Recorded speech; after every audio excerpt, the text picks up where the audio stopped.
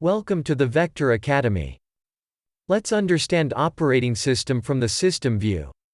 From the computer system's point of view, the operating system is the program most intimately involved with the hardware. The operating system can be viewed as a resource allocator and control program. Operating system as a resource allocator. A computer system has many resources that may be required to perform a task. CPU time, memory space, storage space, I/O devices, and so on. The operating system acts as the manager of these resources.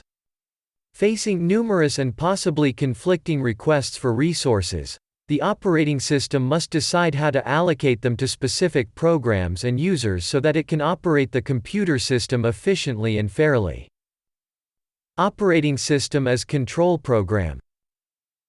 The operating system controls the various I/O devices and user programs.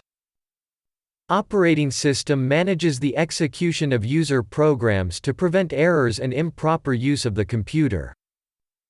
Operating systems are especially concerned with the operation and control of I/O devices. Thanks for your time. Share it in your circle to help people search less and learn more. Stay tuned to the Vector Academy.